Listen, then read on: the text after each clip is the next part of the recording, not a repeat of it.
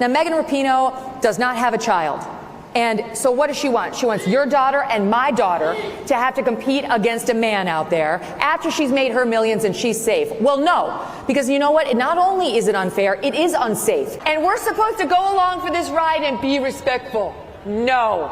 I'm not respectful of him. He's not respectful of me, my daughter, all of you ladies who are out there. So it's a no for any company that endorses him, partners with him, and for him.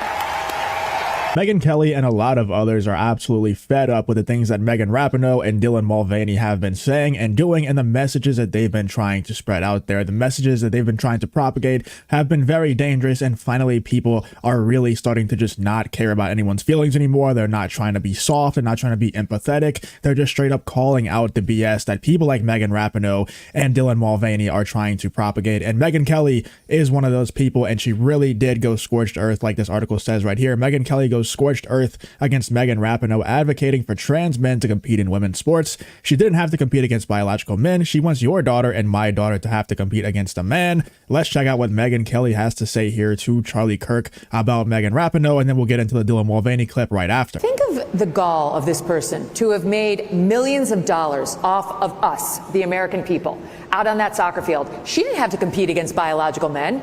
She did it all while she had a level playing field, playing against just girls. Now, Megyn Rapinoe does not have a child. And so what does she want? She wants your daughter and my daughter to have to compete against a man out there after she's made her millions and she's safe. Well, no, because you know what? Not only is it unfair, it is unsafe. And you need to go no further than North Carolina to look at the young volleyball player, 17 years old, who came on my show, who was forced to play against a biological boy on the other team, who had to spike the ball in her face so severe she has permanent damage as a result of it. Megyn Rapinoe can take a seat because she no longer...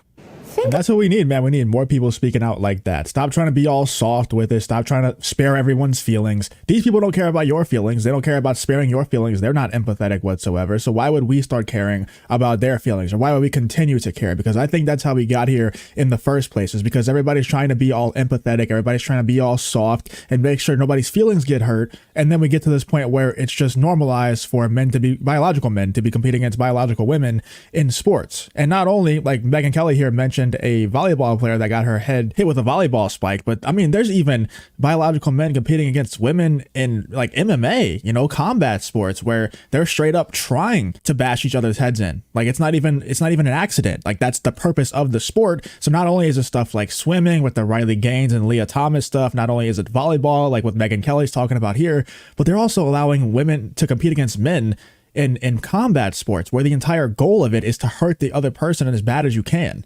Like, obviously that's going to end horribly, and it has multiple times. There's been a bunch of people, a bunch of women get massive injuries, you know, really, really serious injuries, even head injuries, you know, a lot of them. And it's not talked about enough. It's being talked about more. And shout out to people like Megyn Kelly and Charlie Kirk and people like Matt Walsh and the others who are just cutting out the BS and straight up calling this stuff out. But it needs to be talked about more. You know, it's getting better and better. More people are talking about it and less people are trying to spare feelings. But we need more and more people to come out and speak about this stuff like Megyn Kelly did right here. Megyn Rapinoe couldn't even compete against 15U boys, let alone men. It's true, man. I believe the national team for women's soccer got beat by a 15-year-old team. So that's pretty funny. These people think that they should get equal pay. Well, I think that the 15U team that beat you should get the same pay as you. Those arguments are so stupid, man. It's just ridiculous. Everything that comes out of Megyn Rapinoe's mouth, or Rapinoe, however you say her name, it's just all just so stupid. I just can't believe that that person even has a platform. And now she's retiring from soccer, so I'm sure she's even going to get a bigger political platform. She's probably going to get her own talk show. I can't wait to see how long that lasts. It's probably going to last a couple of weeks because nobody's going to watch it. Nobody can stand. I don't even think people on the left can stand to hear Megyn Rapinoe speak about politics. But like I said, Megyn Kelly also had some stuff to say about Dylan Mulvaney and that whole Bud Light situation. So let's check out here what Megyn Kelly has to say to Charlie Kirk about Dylan Mulvaney. You think about who's celebrated, it's Dylan Mulvaney. Oh, or, trigger. You know. Trigger. So yeah, you got it. 90 seconds, Megyn. Dylan Mulvaney, American icon. Oh my God.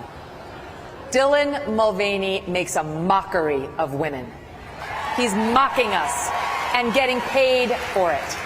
This person, I don't believe Dylan's transition. I think Dylan is an actor who finally found a way to make the cash he'd been trying to make and failing to when living as a gay man.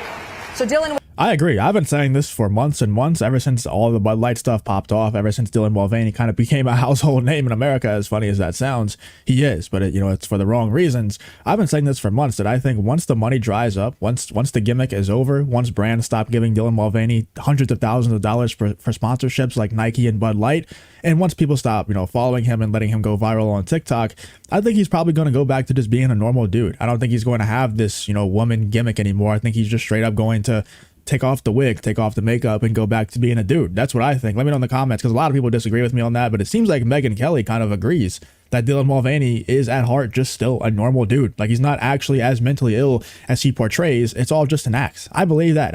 I really think that is the case. He was first a gay man, and then he said he was non-binary, and then he said it was a little girl, then he said he was a woman, now he said he's a lesbian, now he says he wants to get impregnated by a man. Well, I don't understand how that's going to work, because he's a man, and we're supposed to go along for this ride and be respectful. No, I'm not respectful of him. He's not respectful of me, my daughter, all of you ladies who are out there. So it's a no for any company that endorses him, partners with him, and for him. And I think the Bud Light boycott has definitely deterred a whole lot of brands from partnering with him in the future. And I think that was the entire point, in my opinion. A lot of people disagree with me on that. And let me know in the comments if you do, because I'd love to have the conversation with y'all.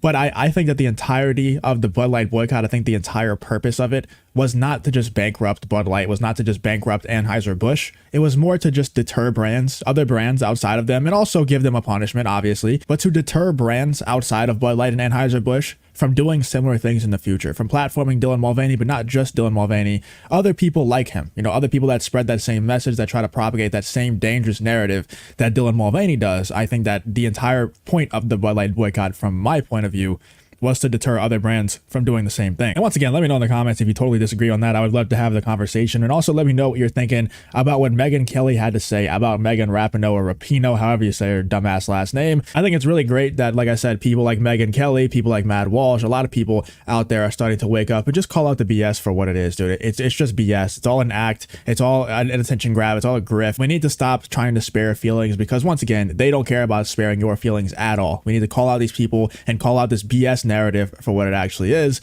Let me know in the comments what you're thinking about this whole Megyn Kelly, Dylan Mulvaney, Megyn Rapinoe situation. Does anyone else think about how crazy it is that conservatives made Dylan Mulvaney one of the most powerful women in America? I read a lot of articles about the economic ripple effect of her Bud Light brand deal, okay? Because I work in the beverage industry, so that's my news every day. And conservatives, for someone that they supposedly hate so much, have given her so much power. I mean, small businesses in the South that are small distributors of Anheuser-Busch products are suffering. People are losing their job at Anheuser-Busch because of lack of sales. Like, she's had a small economic ripple effect within the beverage industry, and conservatives did that. We as fans, we as girlies watching another girlie live her life on TikTok, we didn't do that. Conservatives who supposedly hate her did that with their boycott. Absolute lunatics.